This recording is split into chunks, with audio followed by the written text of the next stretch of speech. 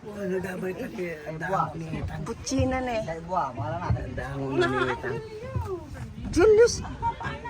Papaan na hawak. Ini ko na na. Puchina nga ron eh.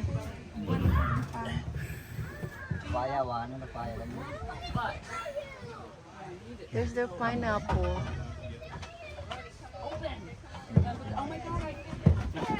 Thank you. Yes, because I help. I love it so much. You asked if I. I'm out of practice. You're not missing on there. Go clear. Break it up. Break it up. Pour it on the soup. Let it separate yourself by skill. Fish. There's a fruit.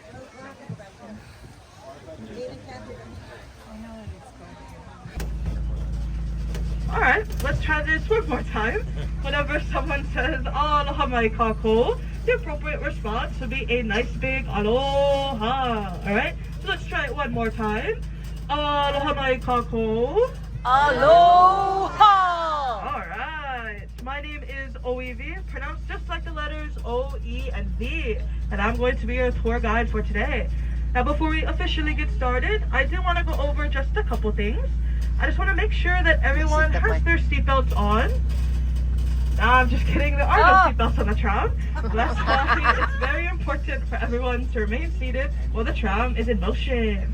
Now second off, it does tend to get windy, especially towards the back of the plantation, so just make sure you have a firm grasp on any loose items.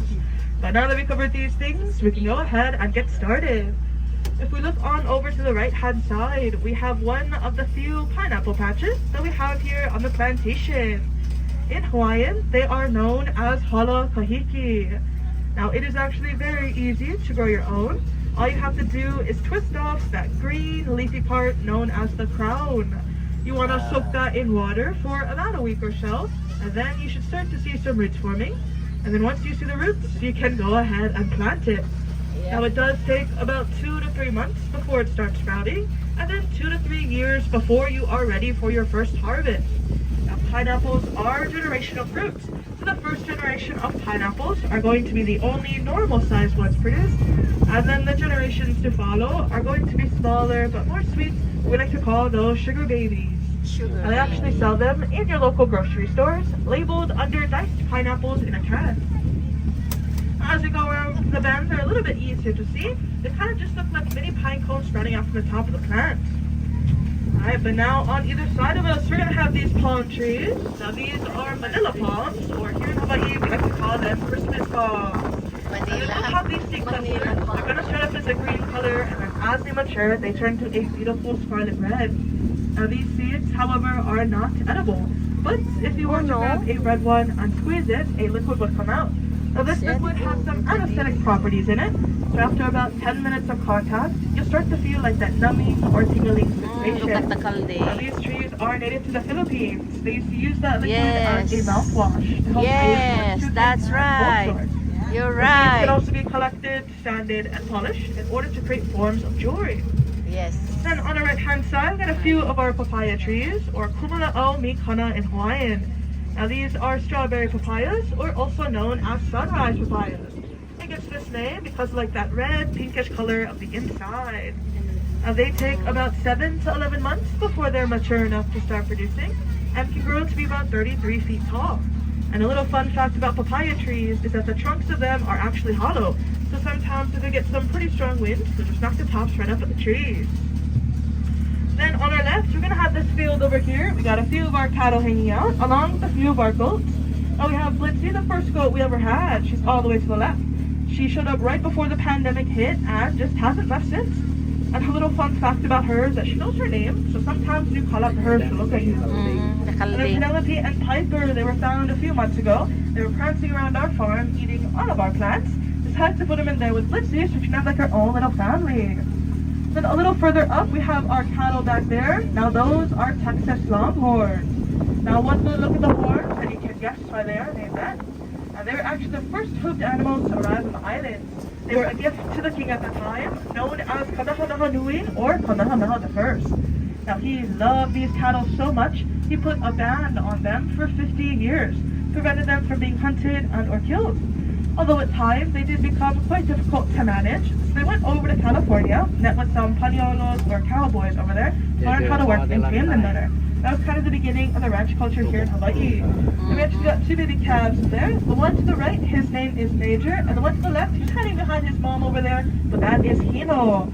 So they're both about 10 months old at this point. They're actually born about a week apart from each other. Now if we keep to our left, we're going to have some of our younger banana trees. Now we like to call these keiki trees or pup trees. Now around this stage, they'll start to develop like that purple or brownish colored flowers. You can actually use the petals from that flower to make tea. And a little fun fact about banana trees is technically they're considered herbs due to the fact that they have a succulent stalk instead of a wooden one. So actually the world's largest herb. Oh. Now also on the left we got this big brown structure. Now we have multiple of those structures all over the plantation, and they belong to the Maui Zipline Company. Now they are a family-friendly company. Take children ages 5 and up as long as they weigh 45 pounds. It takes you all over the plantation, and you can see everything from a bird's eye point of view. Sometimes you can even hear them scream when they go by. Whether those be screams of joy or terror, we may never know. Now if you are more extreme, we got another zipline company here, known as the Flying Hawaiian. This one will take you up the mountain on Polarises for about an 8-line course. Now one of the lines stretches about a mile long, and they're able to catch speeds from 60 to 70 miles per hour, which is actually faster than the highest speed limit we have here on the island, which is 55 miles per hour. That zip line is definitely not for the faint of heart. But if you are interested in any of those companies, you can go ahead and check them out online. But then on our right hand side, we got our one and only jackfruit tree over there, and you can see a whole bunch of fruits coming in. Now jackfruit is the world's largest fruit-borne tree. They can grow to be about 3 feet long, weigh between 50 and 60 pounds. And the way to eat it, you want to cut it in half. It's going to have these little pods on the inside, and that's the edible part. Some people like to say it tastes like a fruit salad. You got like that mango, pineapple, banana all in one. And if you ever have the juicy fruit gum, the flavors of the gum is actually based off of the jackfruit. Oh. And then on your left, we have that stage area. We're just going to come to a stop here, and I will demonstrate how to husk and crack open a coconut. So you guys are more than welcome to hop off and gather around the stage. Siya latan, siyang video. Ayan. Twist this around, see how heavy it is. I'm going to take this really quick too. Now as it matures a little bit more, it becomes yellow one, just like this coconut that I have here right in my hands. Right? Yeah. And then last but not least, they'll become a brown one just like this. Now, quick question. Do you guys think it would be easy or hard to grow your own coconut trees at home? Hard. Hard, alright. Well, basically what you're going to do is you're going to grab their coconuts, and then you're just going to place it on some soil, alright? So let's just pretend. So you're going to place it down just like that. And that's it. Now, it's actually very, very easy. It has everything it needs in order to sustain itself already within the husk. It does, however, take about 6 to 15 years before the tree is mature enough to start producing its own fruits. If you guys look to the trees to your left, you can see like those rings or ridges. Now every ring or ridge represents 1 year in that coconut tree's life. So these trees have been here for about 80 to 90 years. And you know, coconut trees, they all gotta start somewhere. If you look at this coconut that I have here in my hand, you can see that it's sprouting. And it sprouts from this side right here, known as the pico. Can you guys say pico? Pico. Now the pico is the center of all living things. Us as humans, the pico of our own, it is our belly button. But then now for the fun part. To husk it open, you're going to need a sharp tool. Now I'm going to be using my fingernail. I'm going to be using this pickaxe right here. Let's put it to my table, as you can see. And you're going to grab your coconut. Once you're close to the pico side, this side right here, right? Yeah, there we go. Now you're just going to push down like this. You're just going to use your weight to counter it. Alright. You see it's going to pop open similar to that.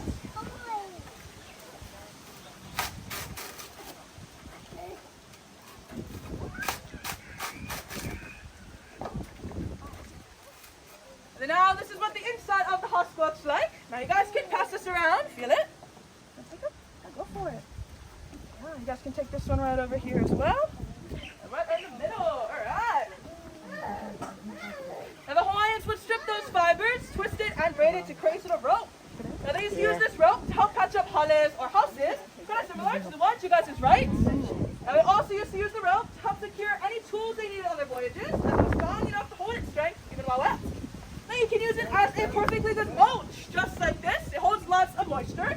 Or if you were to leave it in the sun for a few hours to dry, it becomes an excellent fire starter. Yeah. It does, however, smell like burning hair, so it's not the most pleasant smelling fire, but it does act as a natural mosquito repellent and a natural people repellent. Whenever you guys are done with the husk, you can just toss it right in this bin up here, alright? You guys are in charge of the bin, alright? But then, you know, just like in life, there's more than one way to do something. Now, there is a Samoan man who works at the Polynesian Culture Center up in Oahu, and he actually holds the record for husking and cracking open a coconut. Yes. Do you have any guesses as to how fast you think you can do it? 5 seconds. 5 seconds? Oh, faster than that. 1 second. 1 second? Oh, that'd be humanly impossible. You have to be like 2. I'm just kidding, but you're very, very close. It is 3 seconds on the dot. Very, very impressive. His name is Cap. He does have a video up on YouTube if you want to look him up. Just try not to blink during the video. You're just going to miss it. Now, we also have a lady of our own over in the Haina, which is on the other side of that mountain back there. And she holds a record of 2 to 3 minutes.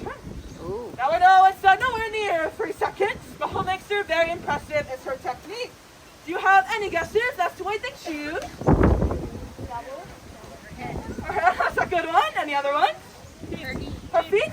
Her teeth? Oh, that's an interesting one. But as bizarre as it may sound, you would be correct. She used to use her teeth. Ah. And now that you know that, suddenly the record of 2 to 3 minutes are a lot more impressive. I, however, cannot dream of using my teeth. I like them just a little too much. And neither me or any of my coworkers have ever met her. So for all we know, she could still have the world's nicest smile, or lack thereof, right? I know some people like to say she has summer teeth. Do you guys know what that is? Some are here, some are there. But then, you know, who doesn't like a little competition, right? Now sometimes me and my coworkers, we like to get together and do little husking ones. I hold 3rd place, so not bad, right? Oh, thank you, yeah. Well, there are only 3 of us, though, so it's okay, I still get a bronze medal, right? Now, we won't have full access to the shell, so we take the fabrics of the top off. The thing I want to emphasize is the hardness of the shell. Because if I were to hit it against my pickaxe like so, now you may see it may pierce it a few times, but it will not crack it open. Now the hardness of this shell is not something to scoff at.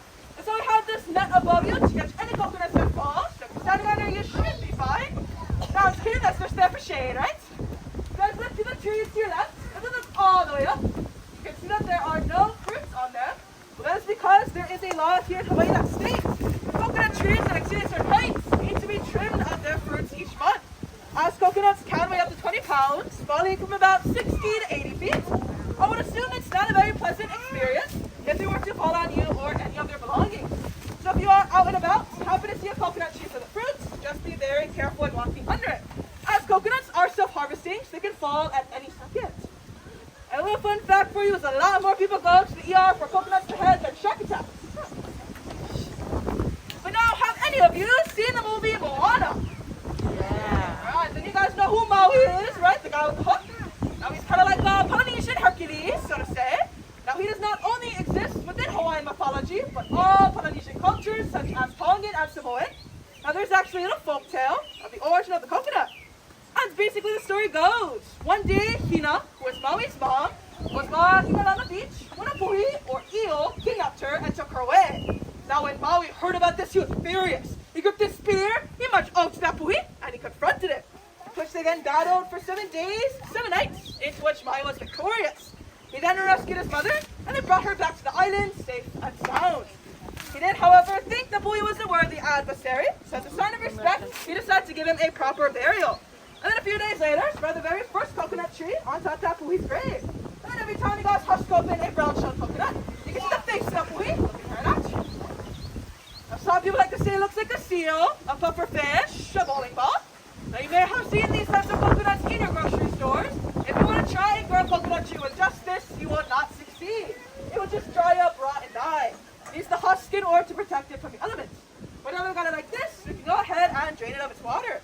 Now I'm going to be using the sharpened screwdriver. You just want to jab in between one of the 3 holes. You do, however, want to make sure that it is the correct one. So if I were to jab to the boy's eyes, well, you may see it may pierce it a few times, but if I were to strain it, no water seems to be coming out. You will be saving a lot of time and effort if you just jab to the boy's mouth, just like this.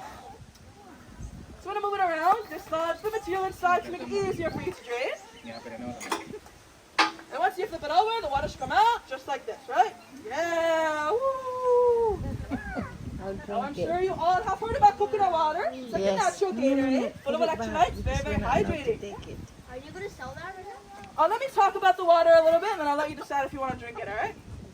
But yeah, you know, the facts of the water only really apply to the green or the other ones, not so much the brown ones. As usually the water has been sitting in here for over a year. It can be more fermented, sour.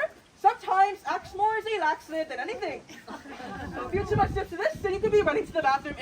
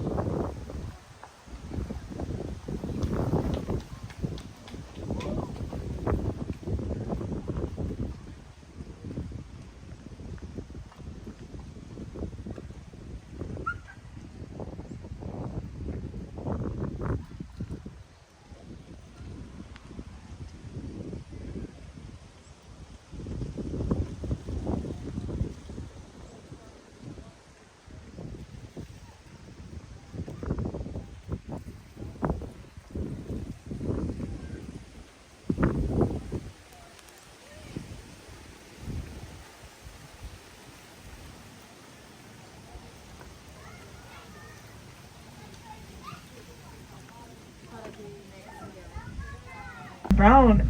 Want to pick them when they're red because that's when they're ready. And when you peel back the skins, there should be 2 coffee beans inside. So the taste of coffee is unique to where it's grown. Maui coffee does not taste the same as Kona coffee, which is grown on the Big Island.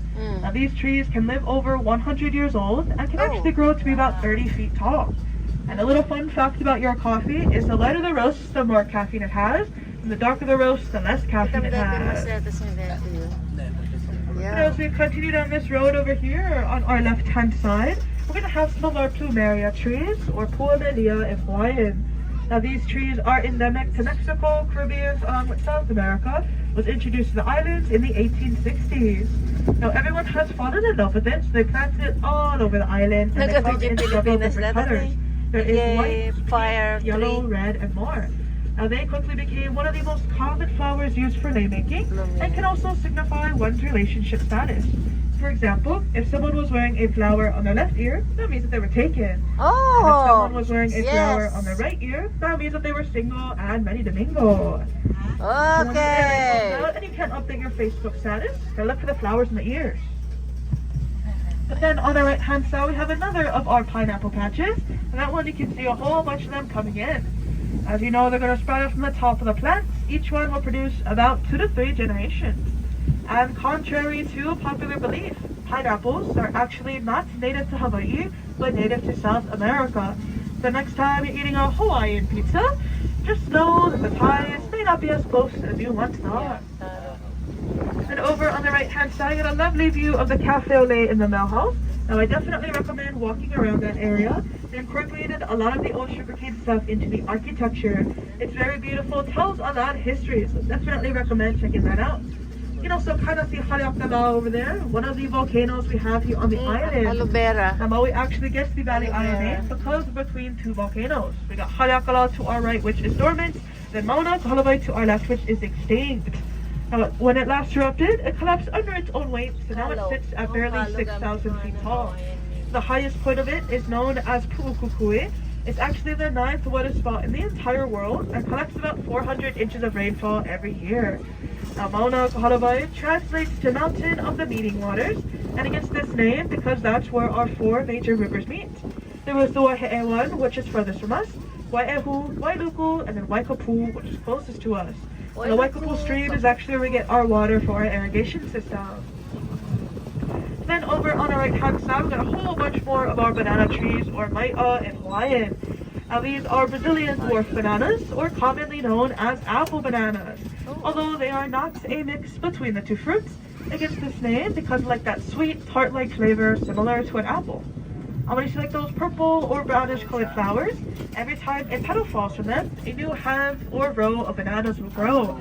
Banana tree will only produce one of these flowers. So once all the petals have fallen and all the fruits have been harvested, then the tree has met its end. Right next to our bananas, we got like these heart-shaped low-hanging leaves. Now this is taro or kalo in Hawaiian. Now there are two types of taro. There is drylands and wetlands. The one we grow here is the dryland one. Now you can steam the leaves and the hua, or the root of it, and eat it just like that, but you do want to be careful because if you don't steam it long enough, you could be stuck with an itchy throat for a while. You can also grab the hua or the root, mash that with some water, create a pudding-like substance known as poi. Now poi has more of an earthy taste to it, and it's kind of an acquired taste to be honest. But if you do want to give it a try, you can find it in any local grocery store that you walk into, as it is a staple food here in Hawaii and a local favorite. It's not really good. And as we round this bend over here, we'll enter to where we grow our avocados. We got a couple coming in on the tree to our left. Avocados. Now we actually grow 4 different types. There is Haas, Sherwill, Green Gold, and Huramadu.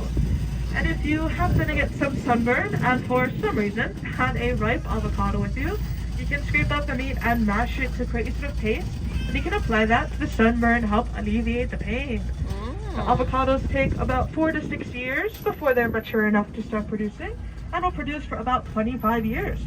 And some fun facts about avocados, that they actually have about 3 times the amount of potassium a banana has, and they also take about 4 times as much water needed for a mango tree.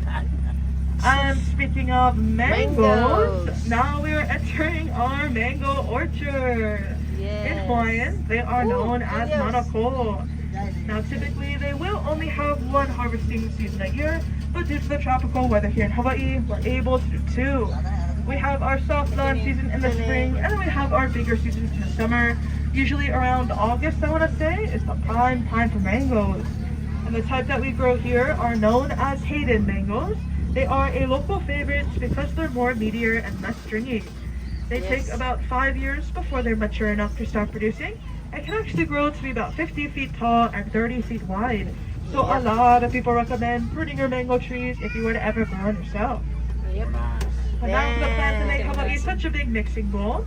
On either side of us, we're going to have like these big, tall, grassy plants. Now this is sugarcane or pole in Hawaiian. And the cultivation of sugarcane started in the 1800s, and we have had several plantations all over the island. About 36,000 acres of Maui land was dedicated to just sugarcane. However, in 2016, our last plantation did close down after running for 180 years. Now you can actually chew on the stalk of the sugarcane to give you energy, and they also used to use the fibers that you couldn't eat as a makeshift toothbrush. Now, there was 36 varieties of sugarcane. They range from 9 to 24 months before mature, to grow to be about 15 feet tall before ready to even be harvested. Now because we were growing sugarcane, our rat population increased by a ton. So they brought over some mongooses to help counteract the rats, but they failed to realize that one is nocturnal and the other isn't. So now we've got a big party of both of them. So if you see any critters running around that kind of look like ferrets or squirrels, they're just mongooses, but we like to call them the Hawaiian squirrel. But now these trees on either side of us, they are macadamia nut trees and are native to Australia. Now we actually do not sell macadamia nuts commercially here, but we do on the Big Islands or the island of Hawaii. That is because it is actually quite a difficult process. If you need to put a net at the bottom of the tree to catch any nuts that fall, then shake the remainder of the nuts off of the tree. You then have to separate the good ones from the bad ones, and then crack them open with just enough pressure to crack open the shell without damaging the kernel inside. It takes about 300 pounds of pressure in order to crack open that 1/4-inch thick shell. And that is why a lot of macadamia nut products are expensive, but it makes it all worth it when it is covered in some of our favorite things, such as chocolate, coffee, and or ice cream. But now as you make our way down this driveway, these palm trees on either side of us, these are Chinese fan palms. Now one good look at the leaves, and you can see that they resemble more of a fan-like shape. Now these trees are native to southern Japan along with China, and can actually grow to be about 45 feet tall. And they will also have these seed clusters. They're going to start up as a green color, and then as they mature, they turn to like a dark blue or purplish color. Now these seeds are also not edible, but can be collected, sanded, and polished in order to create forms of jewelry, like necklaces, bracelets, etc. Oh, yes, yes. And coming up on our left-hand side, we're going to have like a short little coconut tree. Now you may have seen more like it on your way in, but that is a salmon or coconut tree. That is actually around the max height that it will grow. And it's basically the same as any old coconut tree, except they're closer to the ground, making it easier to pick. The fruits are also quite larger and hold more water inside. And if you didn't know, you can actually take the leaves from coconut trees and weave them into hats. Yeah. Then on the right, you got like those reddish, pinkish kind of pine cone looking flowers. That is red ginger, or agapuhi ula ula in Hawaiian. And that ginger is not used for cooking or eating, but more commonly used for floral arrangements. If you were to try and smell those flowers, it would have little to no scent. However, if you were to grab a petal, rub it, squeeze it between